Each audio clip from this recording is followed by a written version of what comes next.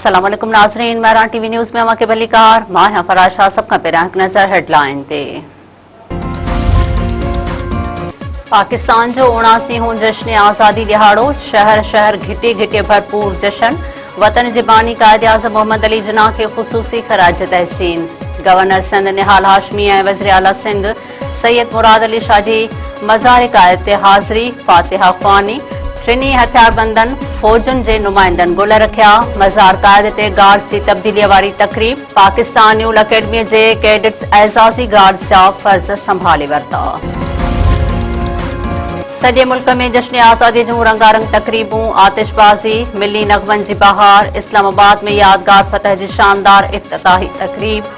सदर आसिफ अली ज़रदारी, वज़ीर आज़म शहबाज शरीफ़ ऐं फील्ड मार्शल सैयद आसिम मुनीर शरीक झंडा फड़काया। तक़रीब में सर्विस चीफ्स ऐं वफ़ाक़ी वज़ीरनि समेत ग़ैर मुल्की सिफ़ारतकारनि जी शिरकत। नंढनि वॾनि शहरनि में घरनि, घिटियुनि, पहाड़नि ऐं इमारतुनि खे सब्ज़ झंडनि ऐं रोशनियुनि सां सिंगारियो वियो।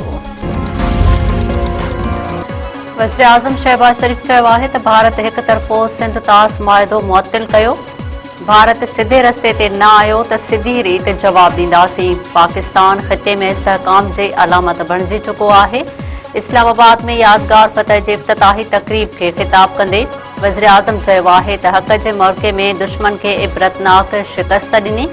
फील्ड मार्शल ऐं उन जी टीम खे यादगार फतह ते मुबारकबाद ॾियां थो। यादगार फतह पाकिस्तानी फ़ौज जी बरतरीअ जी अलामत आहे। वॾे वज़ीर सैयद मुराद अली शाह चयो आहे त नवनि सूबनि जो बहस पुराणो आहे। केतिरा ई माण्हू आया के त लंडन भॼी विया, सियासत में नाकाम न थिया आहियूं। जंहिंखे सिस्टम ॾिसणो आहे उहो थरपारकर में ॾिसे। पाकिस्तान खे ठाहिण में सिंध जो पहिरीं सिफ़ जो किरदारु आहे ऐं हमेशह रहंदो। हीअ सिंध जी मिटी आहे, असीं सिंध जी हिफ़ाज़त कंदासीं। कराची में मज़ार कायद ते मीडिया सां ॻाल्हाईंदे वॾे वज़ीर वधीक चयो आहे त कायद आज़म जे उसूलनि ते अमल पैरा ऐं मुतहद थियणो आहे। भारत असां ॾांहुं मेरी अख सां ॾिठो त क़ौम मुतहद हूंदी। नौजवाननि समेत समूरनि शोबनि सां तालुक़ रखंदड़ माण्हू मुतहद आहिनि। अमरीकी परॾेही वज़ीर पारां आज़ादी दिहाड़े ते पाकिस्तानी अवाम खे मुबारकबाद।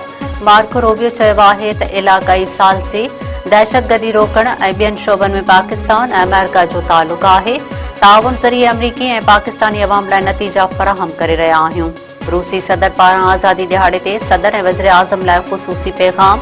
प्यूटन चयो आहे त रूस ऐं पाकिस्तान जो इलाक़ाई ऐं आलमी मामलनि में ताउन जारी आहे।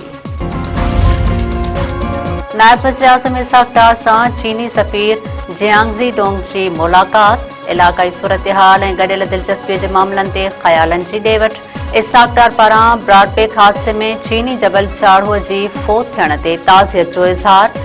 मड़ चीन पहुचाइण लाइ मुकमल सहूलत फ़राहम करण जी ख़ातिरी।